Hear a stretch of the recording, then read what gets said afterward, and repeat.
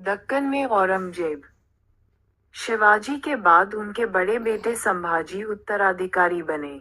औरंगजेब स्वयं 1681 में दक्कन गया। उसने मराठों को कुचलने का प्रयास किया, लेकिन उसके प्रयास सफल नहीं हुए। फिर उसने बीजापुर और गोलकोंडा की ओर रुख किया। उसने 1686 में बीजापुर को अपने राज्य में मिला लिया।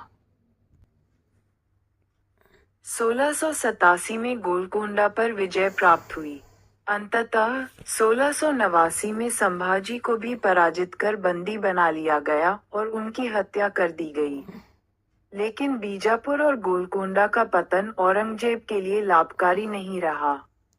अब तक ये दोनों शक्तियां मराठा शक्ति पर सफलतापूर्वक नियंत्रण बनाए हुए थीं, लेकिन इनके पतन ने मराठों को दक्कन में पूर्ण शक्ति प्रदान कर दी। मुगल साम्राज्य का संक्षिप्त परिचय। अब दक्कन मुगल सम्राट के नियंत्रण में प्रतीत हो रहा था, लेकिन मराठों ने आत्मसमर्पण नहीं किया। 1700 से 1707 तक औरंगजेब बीमार होते हुए भी एक के बाद एक किले की घेराबंदी करता रहा।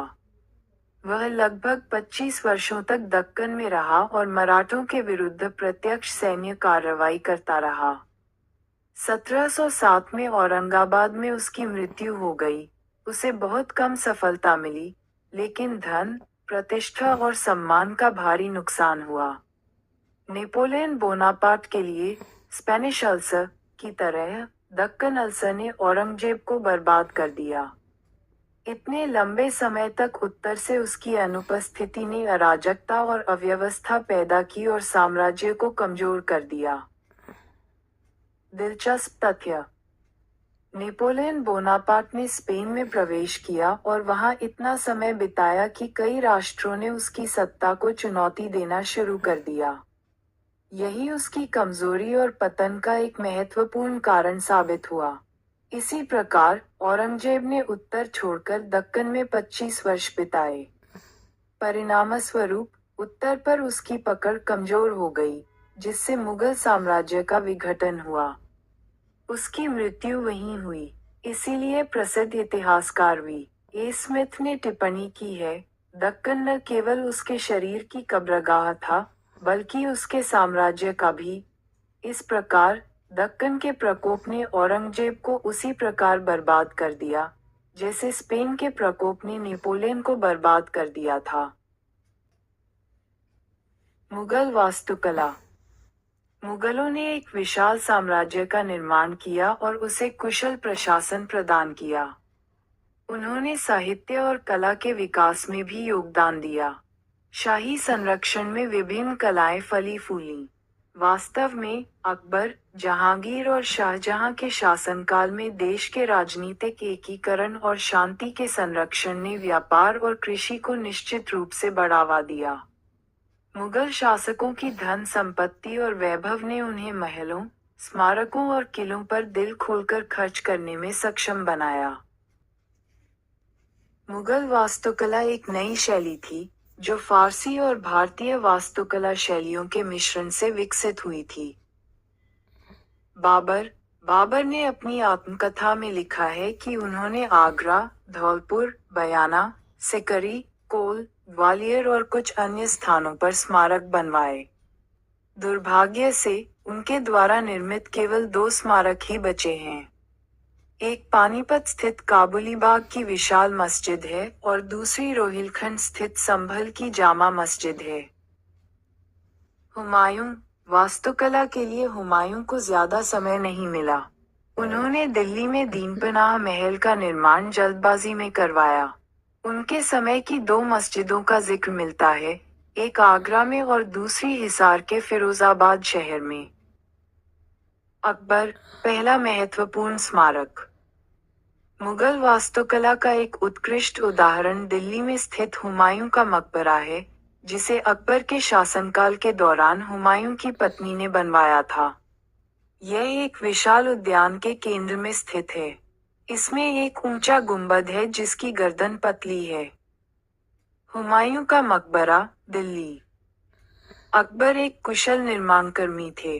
उनकी सबसे महत्वाकांक्षी निर्माण परियोजना आगरा से 43 किलोमीटर पश्चिम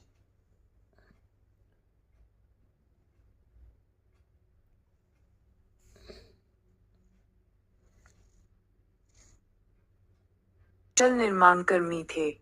उनकी सबसे महत्वाकांक्षी निर्माण परियोजना आगरा से 43 किलोमीटर पश्चिम में स्थित उनकी नई राजधानी फतेहपुर सिकरी थी। इसमें कई धार्मिक और आवासीय भवन थे। शहर की प्रमुख इमारतों में दीवान-ए आम, दीवान-ए खास, जोधाबाई का महल, पंच महल, रंग महल, मरियम, अकबर की पत्नी, का महल, तुर्की सुल्ताना का महल, बीरबल का घर या महल, जामी मस्जिद और शेख सलीम चिश्ती का मकबरा शामिल थे।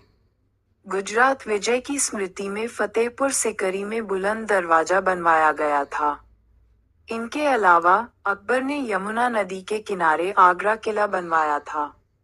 पश्चिमी भाग का मुख्य सजावटी द्वार दिल्ली द्वार के नाम से जाना जाता है और दक्षिणी भाग का द्वार अमर सिंह द्वार के नाम से जाना जाता है।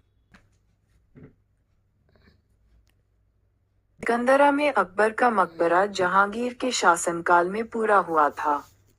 उनके शासनकाल के दौरान ही नूरजहां ने अपने पिता इत्माद उद दौला का मकबरा बनवाया था, जो पूरी तरह से सफेद संगमरमर से बना था। TFL सिकंदरा में अकबर का मकबरा। शाहजहां के शासनकाल में वास्तुकला अपने चरम पर पहुंची। उन्होंने अनेक स्मारक बनवाए। इनमें दिल्ली का लाल किला, उसका दीवान-ए-आम और दीवान-ए-खास, दिल्ली की जामा मस्जिद, आगरा की मोती मस्जिद और सबसे प्रसिद्ध आगरा का ताजमहल शामिल हैं। अपनी प्रिय रानी मुमताज की स्मृति में निर्मित इस मकबरे को संगमरमर में एक स्वप्न के रूप में वर्णित किया गया है।